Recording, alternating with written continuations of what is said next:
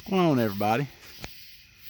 It's your favorite hillbilly here, Hog Holler, Tennessee. How y'all doing tonight? A little late tonight. You can see the fire's about burnt out. Thought I'd jump on here and talk to you for a minute. Before I do, a lot of you don't know, I do have a Facebook page up and going now, South Force 10. And it's spelled out T-E-N. They wouldn't let me use the numerals, so just look me up under South Force T-E-N. I put some pictures and different things that I can't really do on YouTube on there. And then I've also got a email if y'all want to send me some comments or pictures or what. I always got people wanting to get a hold of me, so it's South Force 10 and it's T-E-N also at gmail.com.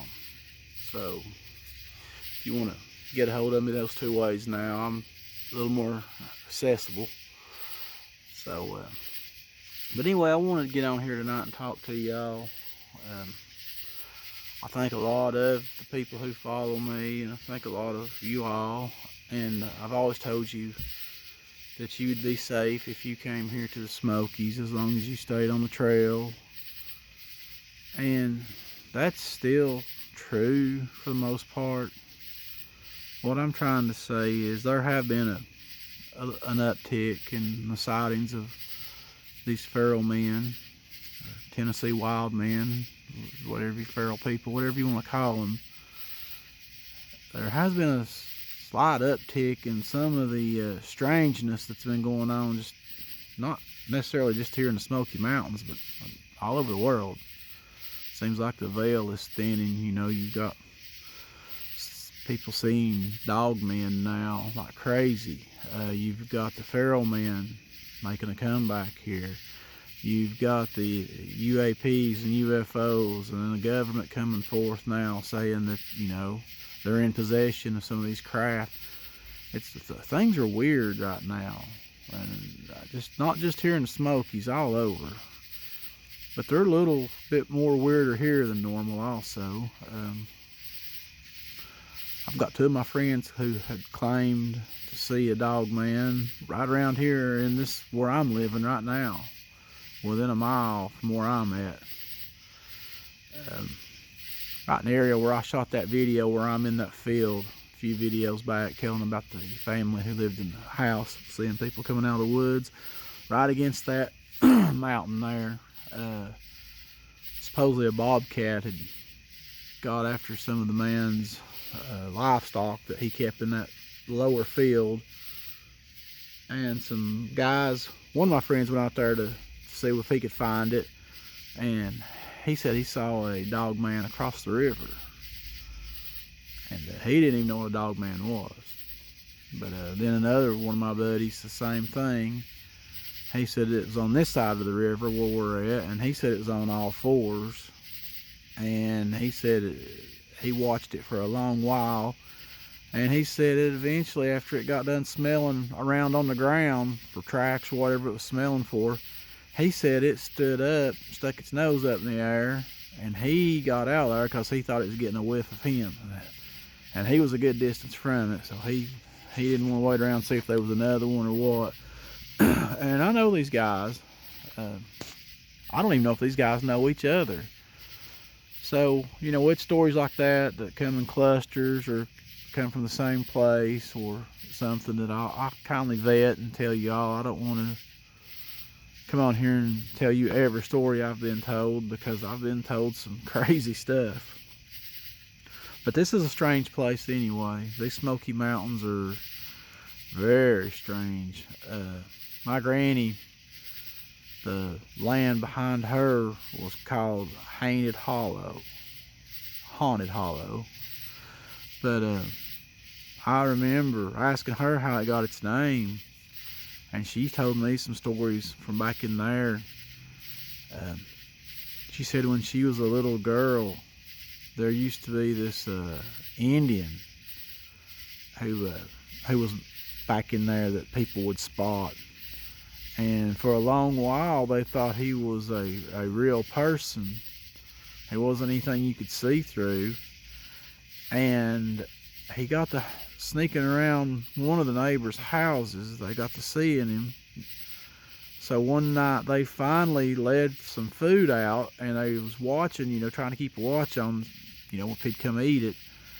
And when he come up to the plate, or whatever it is they set out, dish, bowl, they said he disappeared and was gone. Now that was an old story that come out of there. She said you would walk through there and you would hear something call your name. Stuff would blow on your neck, pull your clothes, whisper stuff, whisper that you better get out of here. People had seen a lot of stuff back in that old Hanged Hollow. And I'll tell you where it's at. If you want to look on Google Earth, it's at the Baker Hollow Road. At the very end of that road, that little road dead ends. And of course the hollow is way on back in there. And you got to remember, back in these days, there wasn't no houses. You know, you might see a few houses and a pond. We used to try to go fish that pond, and my aunt and uncles and stuff, they all lived around there. No, you don't go back in there at all, ever. So, yeah, that was kind of a weird place, because a few times I would sneak back in there or go hunting, and we would have to wind up back in that part of the woods to retrieve the animals, the dogs. You would just feel like something was watching you. You would just know. So yeah, it's a real strange place.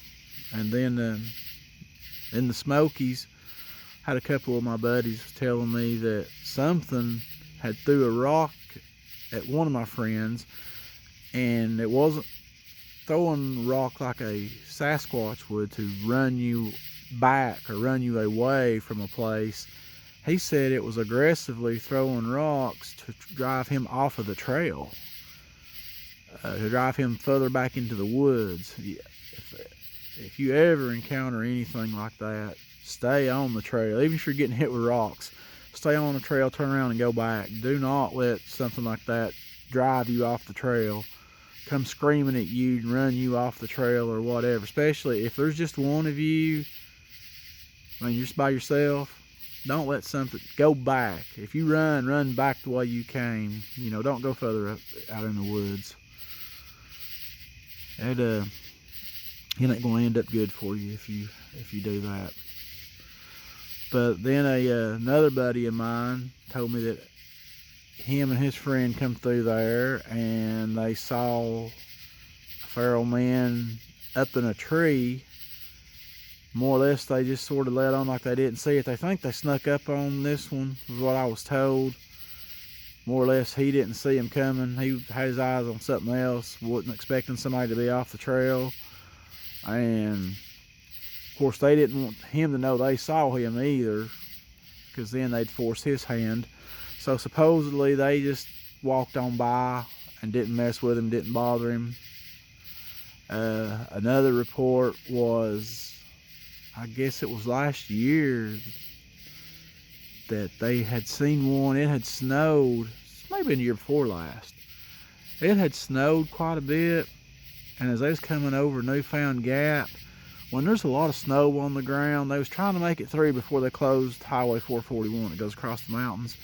When there's a lot of snow on the ground at the nighttime, you know, it might as well be daylight out, because anything, any animal, person, or whatever is going to stand out in that snow, and you're going to see movement from them. And they claim that they saw him try to get up a bank before their headlights come around through there, car headlights, and hit it. And of course, I'm assuming they probably thought they were safe. I'm sure they're used to the roads being closed when it snows. You know, they know how we act and what we do. But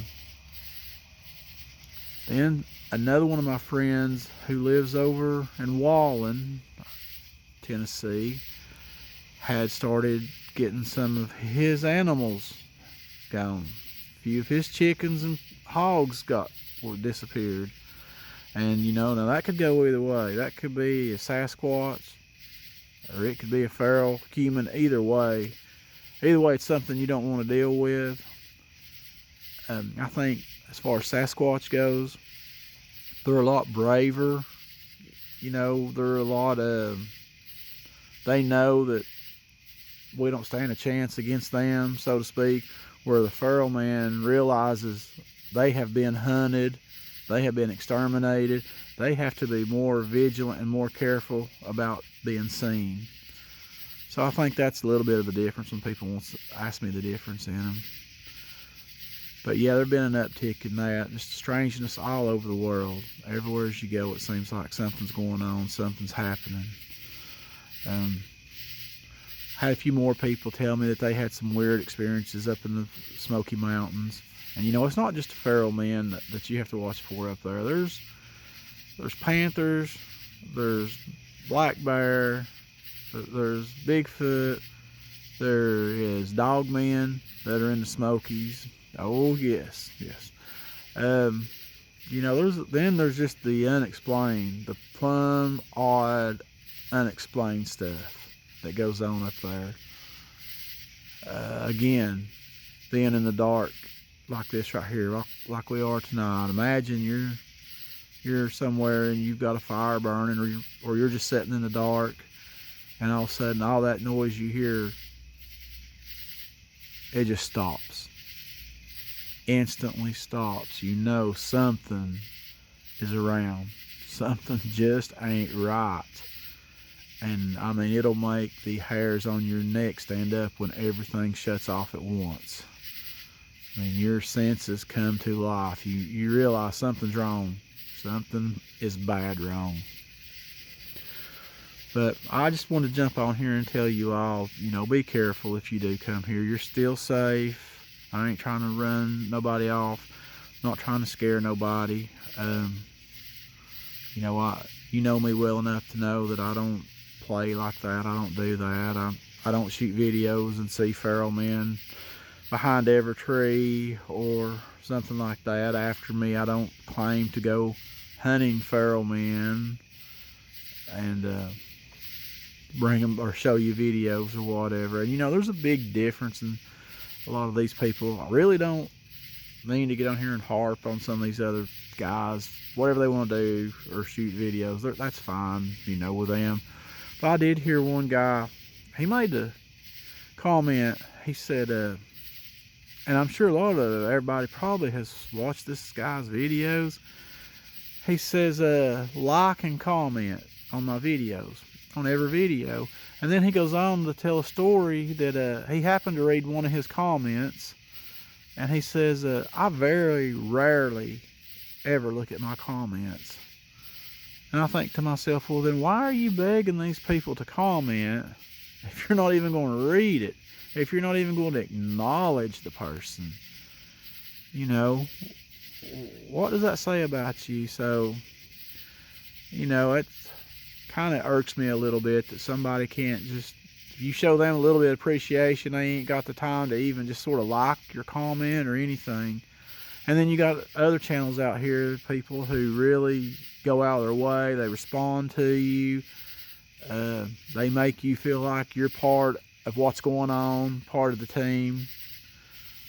A lot of good storytellers out there. The Hillbilly Files, if y'all haven't listened to that, that's a great channel. The Appalachian Storyteller, that guy is awesome. Take my word for it. He tells some great historical stories on there. Donnie Law's great. Hellbent Hauler, those people, they go out, they spend a lot of money doing investigations. You know, they're not somebody that goes out and finds a feral man or a dog man behind every tree or anything. They spend a lot of time and money. You know, what bothers me is the people who's not doing an investigation. They just go tracking out in the middle of the woods and, oh, here's the feral man and here's a dog man and here's this and that. And, you know, there's no investigation to it whatsoever. And then the next time they shoot a video, it's the same thing again. You know, that's, you know, I guess you like what you like. And a lot of some of these guys have pretty big followings that do that. But I'm just more into the educational and investigation side of this stuff. Barton Nunley, he's got a great channel. There's a video on there. If you've never heard of Martin Groves, you need to Google his name. I think tells his story on the on Barton Nunley's channel, Humanoids, and I may have all this wrong, but you need to listen to his story if you want to hear somebody that's very sincere and a story that will keep you hanging on every word that man says, and you can just feel the honesty coming off him. And all these people that I just mentioned right here, these last few, they work together to investigate, to bring what's going on to the forefront. You can trust what they tell you they're finding. You know, it's not just we're going to go out and be chased by something. They spend a lot of time, money, effort, read emails from people, answer you back in the comments. All those great people to watch, great people to follow. Donnie Laws, another great one, great stories.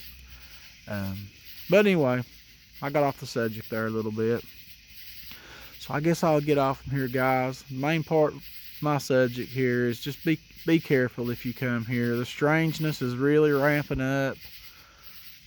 You know, having sightings seems like almost weekly, and you got to figure for every sighting that you have, how many goes unreported.